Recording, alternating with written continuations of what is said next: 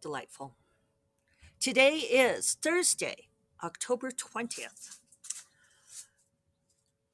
October's winding down. My novella is not done. It's been pushing back this week, hoping to get more done on it.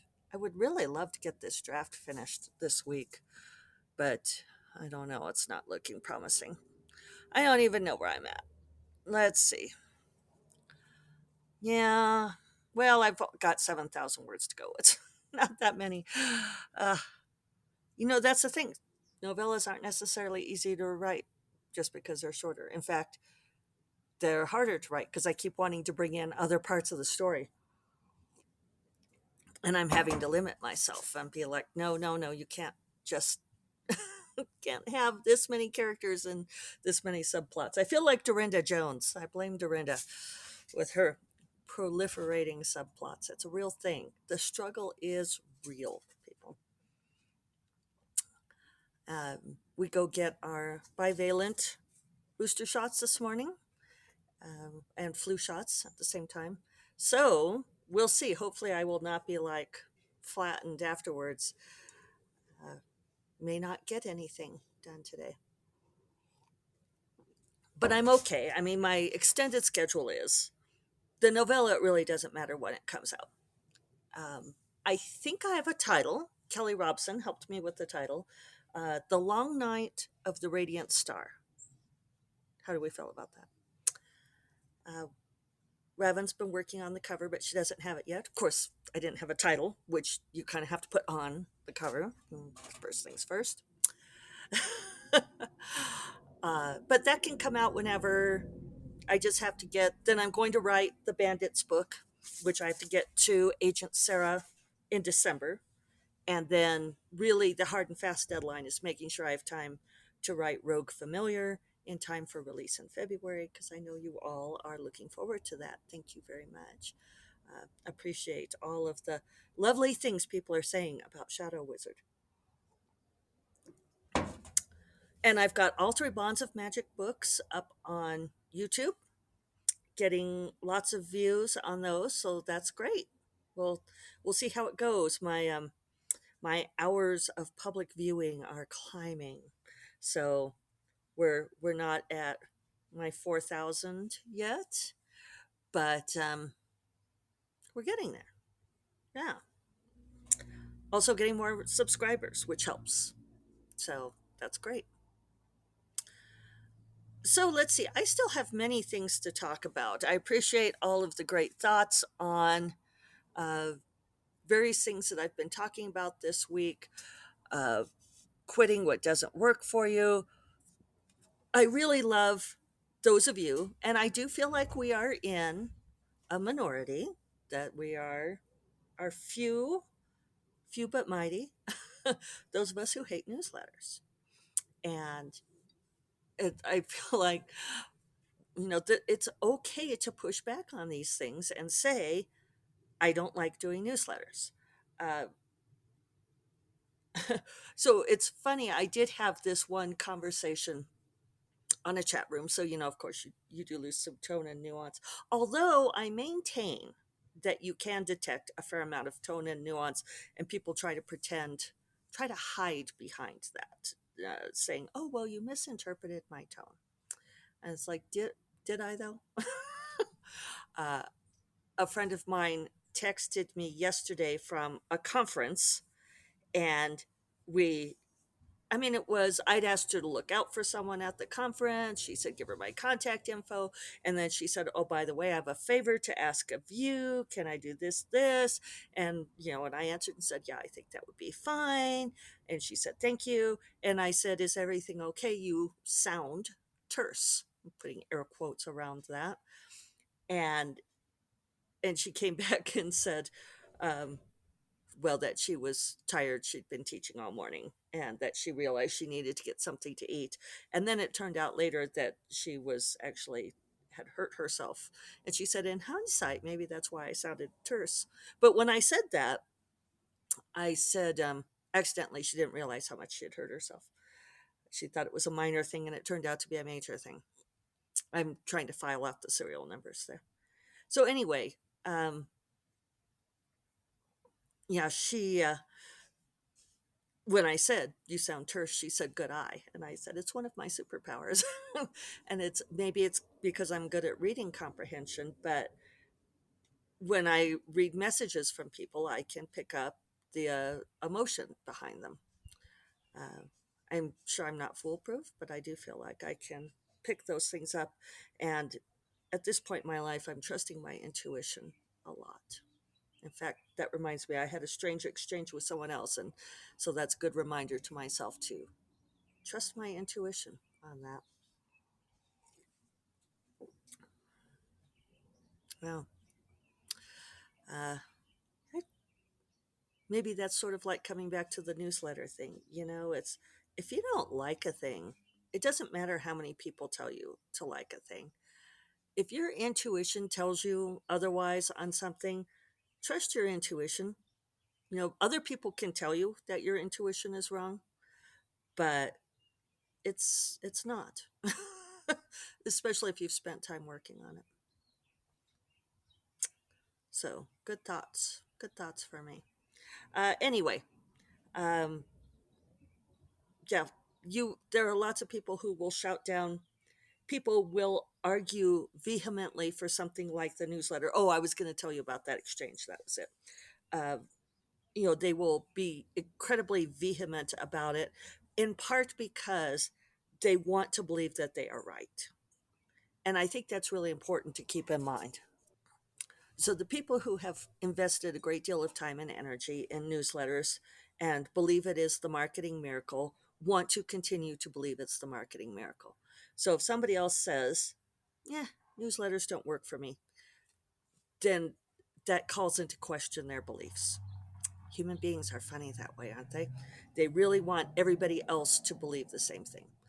Uh, I think that's how we end up with some of the political stuff that we have.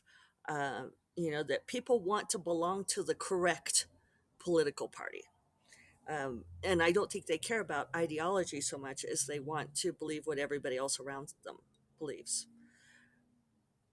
So, with the US elections coming up in a few weeks, um, it bears thinking about.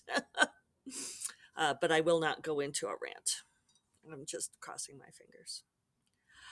So, um, so this exchange I had with this gal, and I'm sorry if I'm reiterating, I don't always remember everything that I say, shockingly enough, uh, where I said, well, there are very successful authors who do not have newsletters.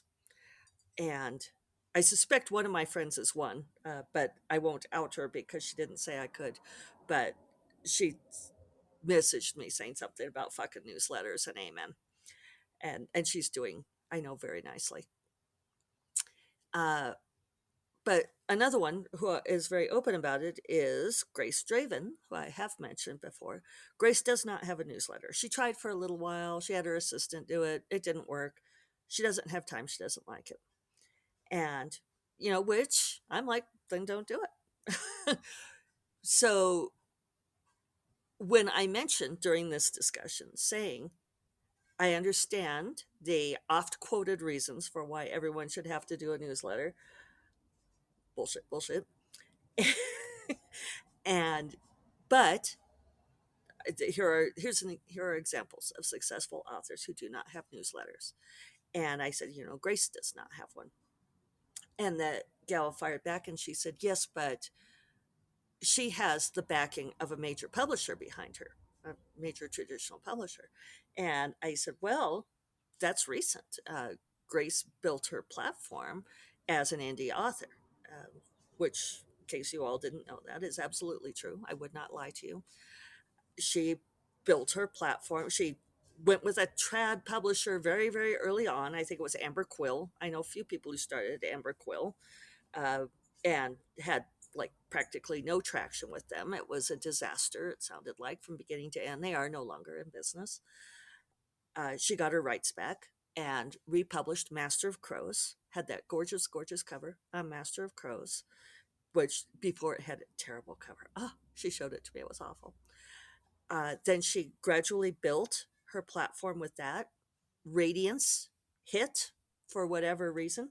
And I say for whatever reason, I know a lot of you love Radiance. I like Radiance. It is not my favorite book of Grace's, but that book clicked. It just did the thing. It attracted lightning, and she made very nice money. So, in this argument, that's backstory for you all. I didn't put this all in that conversation, but I said, Grace built her platform as an indie and without a newsletter. And, the if anything, she got the trad publishing deal because she had such a big platform, which is true. Uh, Grace were sitting here, she would say the same.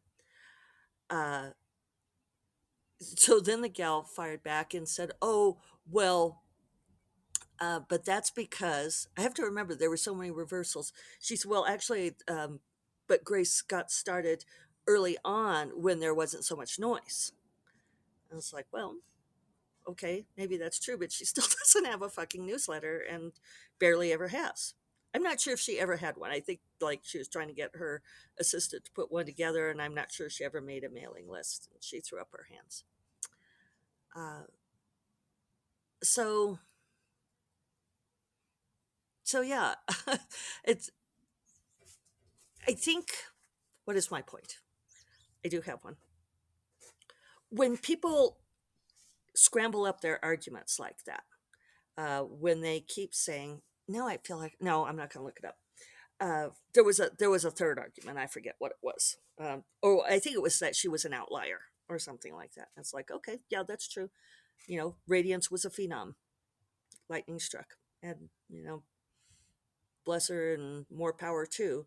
But the argument from the newsletter people is always, well, after lightning strikes, then you have to have that newsletter to keep people reading your books, so that they know about you because it's the only social media property you own. All the rest of this could go away. Amazon could go away, and then we couldn't sell books. I know I'm reiterating from earlier in the week. Anyway, I will not do so. Uh, it's just a sign when somebody is quoting party line, and you can tell by the repeated phrases, they're almost word for word. It's like they've got the little tape recorder going and they spit back those phrases. And then when you point out ways in which this is not true, that they then come up with successive arguments to say why that exception is an outlier. Uh, and so you can see from this story that it's like, oh well, she had trad pub biking. Oh well, she broke out early when there was less noise. Oh well, actually it's because she's an outlier. It's like, well, all of these, I've made my point, I think. Uh, so I will not belabor it. It is interesting though, because I think everybody wants the guarantee, and there isn't one. There isn't a guarantee on anything, even if you have like a day job, right? I have a friend who's had a day job as a technical writer and was suddenly placed on contract work, lost her benefits, lost the steady salary, and now they want to move her to gig work. Well, sucks, and she has people to support. There are no guarantees in life, and we all want that. I know I probably sound like a broken record, but you know flexibility and reinvention is is what you have to do. It's what you have to bring to the table, because nothing is certain. I have two writer friends right now, which is very interesting to me. Very successful writer friends who are, um, I I would say, far more successful than I am. Big platforms, have made much more money, and it's interesting to me that both of them right now are very worried about their writing careers. And I'm doing some serious filing of serial numbers here. but one of them has been out of contract with their traditional publisher for, I don't know, probably a year or so, because as I've mentioned on the podcast before, trad publishing is not offering many contracts right now. uh, and this author really, really, really wants to get back into contract. They are hybrid, but primarily traditional, and they have not gotten uh, the same amount of money from self-publishing. I think there are reasons for this, but self-publishing, you really do have to invest a certain amount of business sense into it. And I know I still haven't talked about how to make a series work, and I will come back to that. Uh, but this author really, really wants to get back into contract because they have gotten very large advances and they want that money. And things are stalled right now. Everybody's at Frankfurt Book Fair. It's like this thing with trad publishing where, nothing happens for large swaths of time, which is why self publishing is really great because you can focus on those projects. So, but so they're very concerned at this point. And then I have another friend who is, as I say, has done much better than have, but they are looking at getting a full time job again, um, for the health benefits for the family. Um, it's a problem here in the U.S. and for the steady salary because they are the breadwinner for their family. And it's interesting. So I'm talking about three different people, and in two of those cases, the woman who is the writer is the sole breadwinner for, um, well, let's see. In one case, it's for four people, including herself. In the other case, it's for five people, including themselves. How is this working out? I don't know. It's we could really go into the whole philosophy of that, but why is it that women end up being the breadwinners later in life? Um, so anyway, it's just interesting to me, and I was talking to David about it, and he was saying, it's really interesting that both of these people are having trouble right now, and it's like, yeah. And for me, um, I'm I'm keeping our heads above water, pretty much sole support for the two of us, and but it's I feel like it's a have to keep working, right? You have to keep getting those books out there and pushing. And there there was this survey that I can't remember who did it. It was one of those thinly veiled marketing attempts, a survey disguised as a marketing device. Uh, or I should say it the other way around, shouldn't I? A marketing device disguised as a survey for like self-publishing services. Yet another vulture on the uh, plucking at the crumbs. But I was in, like, they published the results, and of course, it's a not very scientific survey, obviously. But my monthly income, I was in one of the very top tiers of the authors who responded, which is yay for me, but also slightly disheartening. It's like, oh, okay, well, I'm glad I'm making this much money a month, but more of us should be. And it was a very, like small little bar. Uh, there is a point at which things kick into momentum. Somebody noted that it's like once you hit like $10,000 a month, it's like it takes care of itself. I'm not sure if that's true. It could be survey bias. People who are doing well are more likely to answer. But there, one of the most useful things I read a long time ago, and I can't remember the author now, but she had said, what you need to do is get your backlist into place and have it be steadily earning. And that's the case for me now. That I can count on there being a certain amount of money that I make every month, even on the low sales months. It's not as much as I would like it to be, but it's been climbing and it's getting better. So, these are all strategies, the diversifying of the income streams. One thing I worry about with KU, and a lot of you, if you listen regularly, know that I'm not a huge fan of Kindle Unlimited, is that I think that a lot of authors who see this huge drop off in sales after a while, I think are largely Kindle Unlimited authors. I would love to see a survey on that because I think if you are wide, you're much more likely to have steady sales going each month. Whereas if you're in Kindle Unlimited, my impression is that there's a real cliff where the page reads drop off. Once you drop out of those, top whatever 100 or what have you, they're so quickly replaced by someone new, and the algorithm pushes someone new. So those are thoughts on that. And now I better run because I gotta go get boosted. I hope you all have a wonderful Thursday, and I will talk to you tomorrow. You all take care. Bye bye.